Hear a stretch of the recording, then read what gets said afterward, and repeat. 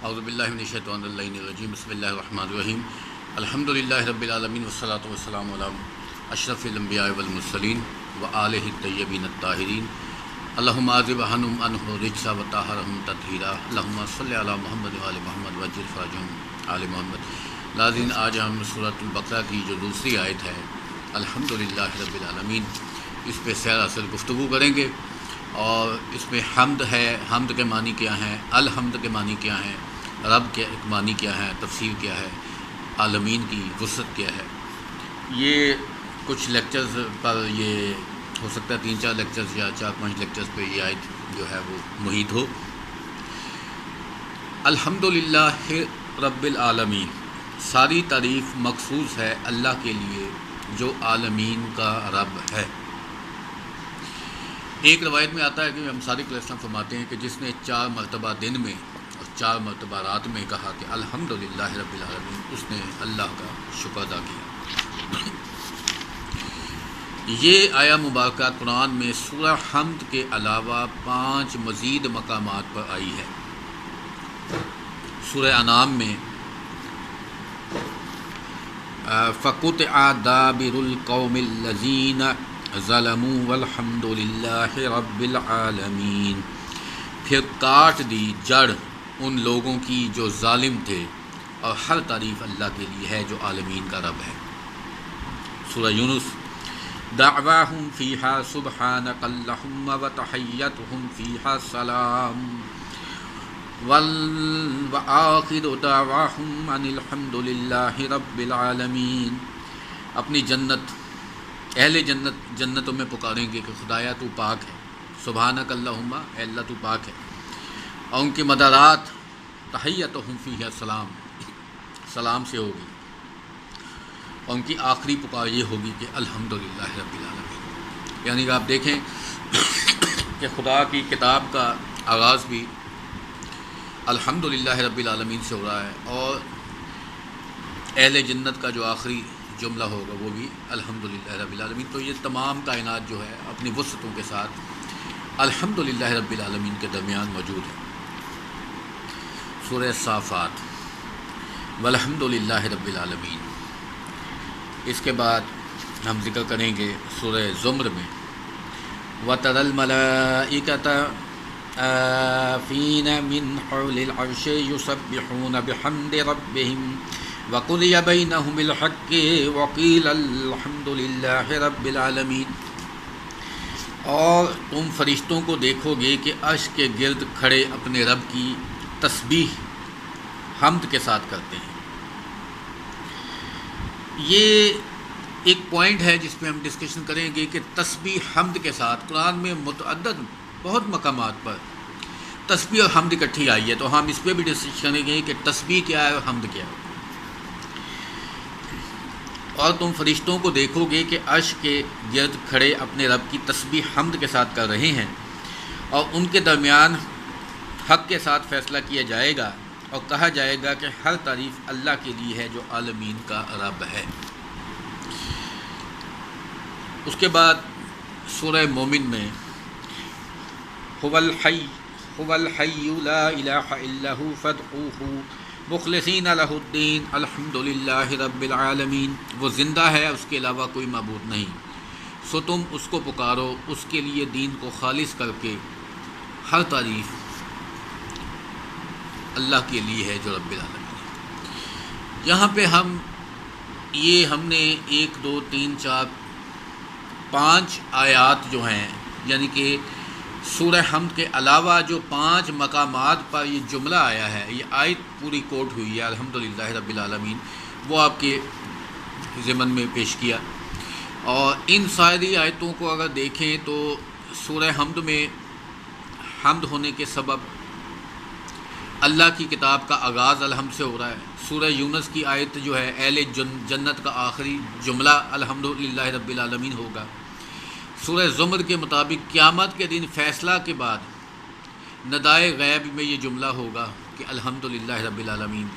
سورہ صافات میں اللہ نے مرسلین پر سلام بھیجنے کے بعد فرمایا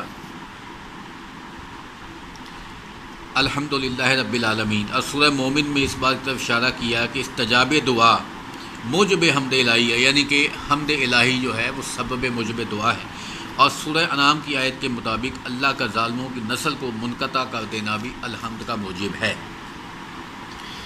تو یہ ہم نے جو 5 آیات تھیں سورہ انعام، سورہ یونس، سورہ صافات، سورہ زمر اور سورہ مومن، اس میں ہم نے دیکھا کہ مختلف جو مواقع ہیں اس پہ یہ آیت کوٹ کی گئی ہے کہ الحمدللہ رب العالمین۔ اب ہم تھوڑا سا جب ہم آئیں گے کہ حمد کیا ہے، دیکھیں حمد کے معنی ایک واضح سے معنی ہے جو عام مفہوم لوگوں میں رائج ہے، تعریف۔ اسی معنی میں ایک اور لفظ بولا جاتا ہے، اسے کہتے ہیں مدح۔ اب پروردگار نے المدحۃ للہ رب العالمین، یہ آیت ایسے بھی آ سکتی تھی، المدحۃ للہ رب العالمین، کے تمام مدح ہے اللہ کے لیے جو رب العالمین ہے، لیکن نہیں، اللہ نے حمد کا لفظ اختیار کیا۔ قرآن میں جو بھی لفظ استعمال ہوا ہے وہ بعینہ ہی اپنے ان تمام وسعتوں اور کمالات اور عجائبات کے ساتھ ہے کہ اس لفظ کو اگر وہاں سے ہٹا دیں تو نہ صرف فصاحت و بلاغت میں فرق پڑتا ہے، روانی میں فرق پڑتا ہے، معانی، مفہوم اور مطالب میں فرق پڑتا ہے، بلکہ وہ تمام روابط جو ہیں، وہ تسلسل جو ہے، وہ جو میسیج اللہ دینا چاہ رہا ہے اس میں ربط میں خلل پڑتا ہے۔ حمد اور مدح وہ ہوتی ہے جو اختیاری اور غیر اختیاری صفات پر کی جاتی ہے، یعنی اگر کوئی شخص ایک کوالٹی ایکوائر کرتا ہے کہ اپنے اندر وہ حلم پیدا کرتا ہے، پیشنس پیدا کرتا ہے، اگر وہ سخاوت اپنے اندر پیدا کرتا ہے اور انفاق کرتا ہے، اگر وہ بہادری اپنے اندر ایکوائر کرتا ہے، اگر وہ غصے پہ قابو پانا اپنے اندر ایکوائر کرتا ہے، یہ اس کی اختیاری صفات ہیں جس پہ مدح کی جا سکتی ہے۔ لیکن ہیرے کا چمکدار ہونا، موتی کا جو ہے اس میں جو خصوصیات ہیں، چہرے کی خوبصورتی ہے، پیکاک اتنا خوبصورت پرندہ اللہ نے بنایا ہے، کسی کا قد لمبا ہے، کسی کے بال لمبے ہیں، کائنات کی خوبصورتی ہے، پہاڑ ہیں، بادل ہیں، یہ ان کی غیر اختیاری، مطلب کسی کا اگر قد لمبا ہے تو اس کو اس پہ اختیار نہیں ہے، کسی کا اگر چہرہ خوبصورت ہے، دلکش ہے، کسی کی کوئی مطلب ایسی وضع قطع ہے جو بہت مناسب اور خوبصورت ہے، وہ اس کے اختیار میں نہیں ہے، تو یہ اس کے غیر اختیاری ہیں، تو اس پہ بھی مدح آئے گا۔ لیکن حمد جو ہے وہ صرف اختیاری خوبی پر آتی ہے، اور کیونکہ اب اختیاری خوبی، اختیار صرف تمام کا تمام رب العالمین کے پاس ہے۔ اگر کسی شخص کے پاس کوئی کسی صفت کا حامل ہے، چاہے وہ اختیاری صفت ہے یا غیر اختیاری صفت ہے، ان دونوں صورتوں میں حمد جو ہے وہ رب العالمین کی ہو رہی ہے۔ حمد، مدح اور شکر، ان تینوں میں کیا فرق ہے کہ مدح جو ہے وہ ایک کم درجے کی تعریف ہے۔ میں آپ کو ایک سلیس آسان زبان میں سمجھا دیتا ہوں۔ اگر ہم اس کو تفسیر کے لینگویج میں پڑھیں تو آتا ہے کہ لفظ حمد مدح سے خاص ہے، یعنی کہ مدح ایک عمومی کہہ لیں آپ، اور حمد جو ہے وہ خاص ہے، اور لفظ شکر جو ہے اور ہم جو ہے شکر سے عام ہے۔ میں اس کو پڑھ دیتا ہوں، اس کے بعد اس کو ڈیٹیل میں سلیس میں بتا دیتا ہوں۔ یعنی کہ ہر شکر حمد ہے لیکن ہر حمد شکر نہیں ہے، اسی طرح ہر حمد مدح ہے لیکن ہر مدح حمد نہیں ہے۔ یعنی یہ کہ سب سے جو تیسری کیٹیگری میں جو ورڈ آ رہا ہے وہ ہے مدح، جو کسی کی مدح کر رہا ہے وہ حمد نہیں کر رہا۔ مدح سے اوپر جو لفظ ہے ہائی کیٹیگری میں وہ ہے حمد. حمد میں مدح بھی شامل ہے. اور تیسری کیٹیگری جو ہائی کیٹیگری یا ہائیسٹ کیٹیگری ہے وہ ہے شکر، کہ شکر میں حمد بھی شامل ہے. حمد میں شکر شامل ہوتا ہے، لیکن اس کو فی الحال ہم ان 3 کیٹیگریز میں اگر دیکھیں تو مدح سے اوپر حمد، حمد سے اوپر شکر. اب ہم تھوڑی سی آپ کو انفارمیشن دینا چاہتے ہیں کہ قرآن میں بے تحاشا یہ ذکر آیا ہے کہ اللہ کی تسبیح اور اس کی حمد، یعنی کہ تسبیح کو اور حمد کو اکٹھا کیا گیا ہے. تسبیح سے کیا مراد ہے، حمد سے کیا مراد ہے؟ دیکھیں یہ دونوں ایک دوسرے کے ایک لحاظ سے اگر ایک جہد میں یہ کہنا چاہوں کہ اپوزٹ ہیں، لیکن کیسے اپوزٹ ہیں وہ میں آپ کو سمجھا دیتا ہوں. تسبیح ہے یعنی کہ سبحان اللہ، اللہ پاک ہے. پاک ہے مراد، اللہ ہر نقص سے پاک ہے، اللہ ہر عیب سے پاک ہے. وہ تمام صفات جو انسانوں میں پائی جاتی ہیں وہ بدرجہ اتم بھی ہائیسٹ ڈگری پہ جا کے بھی ان میں نقائص پائے جاتے ہیں. اللہ ہر نقص سے پاک ہے، وہ زمانی نہیں ہے، ٹائم اس میں فریم میں نہیں آتا. وہ مکانی نہیں ہے، اسپیس کوآرڈینیٹ میں ہم اس کو نہیں دیکھ سکتے، اس کی وہ کہاں ہے. ہم اس میں شامل کریں گے امیر المومنین علیہ السلام کے صلوات اللہ علیہ کے جو خطبات ہیں جو خدا کی حمد پہ ہیں، اس کو بھی تھوڑا سا ہم ساتھ ریلیٹ کریں گے تاکہ قرآن سمجھانے والا ہمیں بتائے کہ قرآن کو کیسے سمجھنا ہے. تو تسبیح کا مطلب یہ ہے کہ اللہ میں یہ بھی عیب نہیں ہے، یہ بھی عیب نہیں ہے، یہ بھی عیب نہیں ہے. ہم ایوب کی نفی کر رہے ہیں، نہیں ہے، لیکن حمد میں کہہ رہے ہیں کہ اللہ میں یہ بھی صفت ہے، یہ بھی صفت ہے، یہ بھی صفت ہے. ہم پازیٹیو کر رہے ہیں اس کو، یعنی ایک اعتبار سے کہ تسبیح جو ہے وہ نقائص کی نفی ہے اور حمد جو ہے وہ صفات کی حاملیت ہے. تو یہ تسبیح اور حمد ساتھ ساتھ اس لیے آئے ہیں کہ ساتھ ساتھ ہم یہ ذکر کریں کہ اللہ کی ذات بابرکت جو ہے وہ تمام نقائص سے پاک ہے، اور ساتھ ساتھ تعریف بھی کرتے جائیں، اس میں نہیں نہیں نہیں ہے، اس میں ہے. اب تھوڑا سا ہم اس میں اگلی ہم کوشش کریں گے نشست میں امیر المومنین کے جو خطبات ہیں ان میں سے کچھ اقتباسات پیش کریں اور اس پہ مدلل گفتگو کریں کہ حمد کیا ہے. اب ہم نے حمد بتا دی، مدح بتا دی، شکر بتا دی. اب اس میں میں ایک اور آپ کو ڈیٹیل بعد میں بتاؤں گا حمد اور شکر میں ڈفرنس. الحمد، یہ جو ال آیا ہے اس کو میں جو مشکل اور دقیق گفتگو ہے اس میں نہیں جاتا، آپ کو ایک سلیس میں بتا دیتا ہوں.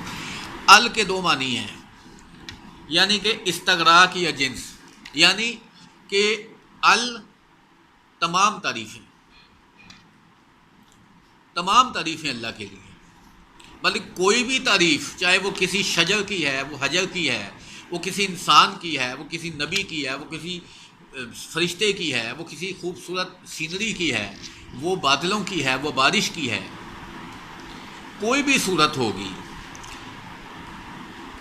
تعریف جو ہے تمام تعریف اللہ کے لیے ہی ہوگی. یعنی کہ اللہ کے سوا کسی کی تعریف نہیں ہوگی. یہ ہے کہ تمام تعریف اللہ کی ہے اور صرف تعریف اللہ کی. یہ 2 معنی ہیں. ایک ہے کہ تمام تعریف، ثناء کامل، اس کا ایک ترجمہ مترجمین نے کیا کہ ثناء کامل ہے رب العالمین کے لیے، کہ دا ہائیسٹ ڈگری جو کسی کی تعریف کی ہو سکتی ہے وہ ہائیسٹ ڈگری اللہ کی ہے.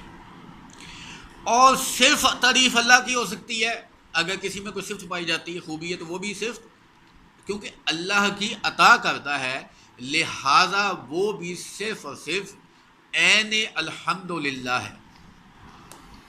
تو یہ ہم نے کیونکہ کسی کو جو بھی کچھ وجود بخشا ہے، کچھ بھی ہے، وہ یہ ہے. اب ہم مندرجہ ذیل آیات ہیں جو ہم نے آیت پڑھی، ان کو مندرجہ ذیل روایات میں امام زین العابدین علیہ السلام نے فرمایا کہ جس نے الحمدللہ کہا اس نے اللہ کی ہر نعمت کا شکر ادا کیا۔ یعنی کہ الحمدللہ یہ جو کلمہ ہے اس میں شکر بدرجہ اتم پایا جاتا ہے، دا ہائیسٹ ڈگری آف شکر جو ہے وہ اس میں پایا جا رہا ہے کہ وہ چونکہ اس نے ایک نعمت حاصل کی ہے، اس ہستی سے حاصل کی ہے، اب نیچرلی اس میں ایک جذبہ پیدا ہوگا۔ اگر کسی نے اللہ سے علم حاصل کیا ہے تو وہ ایک جذبہ پیدا ہوگا کہ میں بے علم تھا اور اللہ نے مجھے علم سے نوازا، میں بے مال تھا اللہ نے مجھے مال سے نوازا، میری قدر و قیمت نہیں تھی، اللہ نے فضل عطا کیا۔ وَأَنَّ الْفَضْلَ بِيَدِهِ اللَّهِ يُؤْتِيهِ مَن يَشَاءُ وَاللَّهُ ذُو الْفَضْلِ الْعَظِيمِ، سورہ حدید۔ اب دیکھیں اللہ نے فضل عطا کیا، اللہ نے نعمات عطا کیے کہ اللہ نے احسانات عطا کیے، اللہ نے رزق دیا، رزق کی قسمیں ہیں، رزق کریم ہے، رزق معلوم ہے، رزق حسن قرآن میں 3 قسمیں آئی ہیں۔ اس کے علاوہ رزق ہر وہ چیز جو آپ انفاق کر سکتے ہیں، وَمِمَّا رَزَقْنَاهُمْ يُنْفِقُونَ، وہ اس میں سے خرچ کرتے ہیں جو ہم نے دیا۔ علم ہے، رزق روحانی ہے، رزق بدنی ہے، رزق ہر طرح کا جو نعمات اللہ کی حاصل ہو رہی ہیں اس پہ اگر وہ بندہ اللہ نیچرلی ایک جذبہ پیدا ہوتا ہے کہ وہ بندہ کہتا ہے کہ یار اس ہستی نے یا اب کسی انسان نے کسی کو کوئی نعمت دی ہے، کسی کی کوئی مدد کی ہے، کوئی مالی مدد کی ہے، روحانی مدد کی ہے، کسی کا کوئی مسئلہ حل کیا ہے، تو اس کے نیچرلی ایک ذہن میں ایک بات آتی ہے کہ میں اس کی اس خوبی پر اس کی تعریف کروں کیونکہ یہ اس نے مجھے دی ہے۔ تو الحمدللہ یعنی کہ تمام تعریفیں، ایک تو ہر قسم کی تعریف اللہ کی اور ثنائے کامل اللہ کے لیے، یہ الحمد کا۔ اب اس کے بعد امام صادق علیہ السلام نے فرمایا کہ اگر بندہ اللہ کی نازل کردہ چھوٹی یا بڑی نعمت پر الحمدللہ کہے تو اس نے اس کا شکر ادا کیا۔ چھوٹی نعمت، سانس آ رہی ہے آپ کو، آکسیجن آ رہی ہے، یہ جو پیشنٹس وہاں پہ آکسیجن ماسک اور سلنڈر کے ساتھ ہسپتالوں میں ہزاروں اس وقت دنیا میں موجود ہیں، وہ کتنی وہ پیمنٹ دے رہے ہیں، کتنا وہ اس کو ان کا پیسہ لگ رہا ہے، ایک نیچرل سورس آپ کے پاس ہے، اور آپ اس پہ الحمدللہ کہیں کہ اللہ نے آپ کو یہ ایک چھوٹی سی نعمت نہیں، یہ بہت بڑی نعمت ہے۔ نعمت اس لیے چھوٹی لگ رہی ہے کہ ہمیں بآسانی اور مفت مل رہی ہے، لیکن جن کو یہ نعمت نہیں ملی ہے ان سے پوچھیں کہ سانس آنا، جن کو آکسیجن اور یہ دمہ اور یہ سارے الرجی اور یہ پرابلمس ہیں، ان سے پوچھیں کتنی بڑی نعمت ہے۔ یہ ہمارے ہاں ایک پاکستان میں ایک کیمیکل ملز ہیں، کوئی اس کے جو اونر ہیں، ان کا پتہ لگا کہ ان کی جو زبان ہے اس میں ٹیسٹ بڈز نہیں ہیں، وہ نمک کھا لیں، چینی کھا لیں، میٹھا کھا لیں، کھٹا کھا لیں، ان کو ذائقہ نہیں آتا۔ آپ کو یا ہمیں وہ چونکہ مفت میں مل گئی یہ چیز، زبان، اس میں ٹیسٹ بڈز ہیں، یہ کتنی بڑی نعمت ہے اللہ کی۔ تو اللہ کی نعمت جو چھوٹی نعمت کوئی بھی نہیں ہے، وہ ہم اس کو چھوٹا سمجھ رہے ہیں، وہ بہت بڑی نعمت ہے۔ جس کے پاس نہیں ہے اس سے پوچھیں کتنی بڑی۔ ہر نعمت پر اللہ کی شکر ادا کرنا چاہیے، الحمدللہ کہنا چاہیے۔ ایک بہت مشہور واقعہ جو مختلف تفاسیر میں نے پڑھا ہے، اس پہ میں آج آپ کو بتاؤں گا کہ امام صادق علیہ السلام مسجد سے باہر آئے تو ان کا جانور جو ہے جس پہ وہ آئے تھے، گدھا یا خچر یا گھوڑا، وہ غائب ہو گیا۔ آپ نے کہا اگر اللہ نے مجھے واپس دے دیا، وہ دلا دیا، تو میں اس کا شکر کروں گا جو شکر کرنے کا حق ہے۔ اب اس پہ ایک الگ ڈسیشن ہے کہ شکر ادا نہیں ہو سکتا اللہ کا۔ میں اس کو واقعی حضرت موسیٰ علیہ السلام کو اللہ نے کہا، کیونکہ ساتھ ساتھ روانی میں چیزیں آتی جائیں گی ضمن میں، کہ موسیٰ میرا شکر ادا کرو۔ یہ تضاد نہیں ہے باتوں میں، میں اس کو بھی بتاؤں گا یہ تضاد کیسے نہیں ہے۔ اب موسیٰ علیہ السلام نے کہا کہ تیرا شکر ادا نہیں ہو سکتا، اللہ نے کہا بس تم نے شکر ادا کر دیا۔ تو یہ جب آپ انسان اس مقام پر پہنچتا ہے کہ جب وہ سمجھتا ہے کہ اس کی نعمتوں کا شکر ادا نہیں ہو سکتا، تو اللہ نے اس کے شکر ادا، تو اس نے اللہ کا شکر ادا کر دیا۔ اب جب امام صادق کہہ رہے ہیں کہ میں ایسا کروں گا کہ اس کا شکر وہ یہ یہاں وہ کیوں کہہ رہے ہیں کہ شکر ادا کرنے کا حق ہے؟ وہ اس لیے کہہ رہے ہیں کہ انسان کی جو بساط ہے اس میں میکسیمم یہی ہے کہ وہ الحمدللہ کہہ دیں. وہ جانور مل گیا تو آپ نے کہا الحمدللہ، تو ایک شخص نے کہا کہ آپ نے کہا تھا میں شکر ادا کروں گا، تو انہوں نے کہا کہ تم نے سنا نہیں کہ میں نے الحمدللہ کہا. تو یہ ایک اس کے علاوہ لفظ حمد میں تعریف کے ساتھ شکر کا مفہوم بھی بدرجہ اتم پایا جاتا ہے، میکسیمم ہائیسٹ ڈگری پائی جاتی ہے. جب انسان کائنات پر نازل ہونے والی، دیکھیں اب نعمت و شکر میں ایک اور فرق بتا رہا ہوں آپ کو. کائنات پر نازل ہونے والی نعمتیں جو ہیں، اللہ نے نعمتیں دی، آکسیجن ہے، سورج کی روشنی ہے، اس میں مختلف فوائد ہیں، بارش ہے، زمین ہے، گریوٹی ہے، سولر سسٹم چل رہا ہے، بارش آ رہی ہے، زمین سے غلہ اگ رہا ہے، جانوروں کا گوشت ہے، تمام نعمتیں. جب انسان تمام دنیا کی نعمتوں کو دیکھتا ہے، اس پہ جو تعریف کی جاتی ہے اس کو کہتے ہیں وہ ہے الحمدللہ. یعنی کہ جب انسان کائنات کی نعمتوں کو دیکھ کر تعریف کرے تو وہ ہے الحمدللہ، اور جب اپنی ذات پر نازل ہونے والی نعمتوں کو کی تعریف کرے تو وہ ہے شکرا للہ. تو یہ ناظرین ایک بہت لمبی ڈسکشن ہے الحمدللہ پہ، اور پھر الحمدللہ رب العالمین پہ. ابھی تو ہم اس کو کئی ایپیسوڈ میں صرف الحمد جو ہے الحمدللہ اس پہ ڈسکشن کریں گے، پھر رب پہ آئیں گے، پھر عالمین پہ آئیں گے، اور یہ ڈسکشن چلے گی. تو آج کا یہ جو ٹاپک ہے آپ اس کو ضرور واچ کریں اور کوشش کریں کہ ہر نعمت پر ہر وقت الحمدللہ رب العالمین کہیں. وآخر دعوانا الحمدللہ رب العالمین.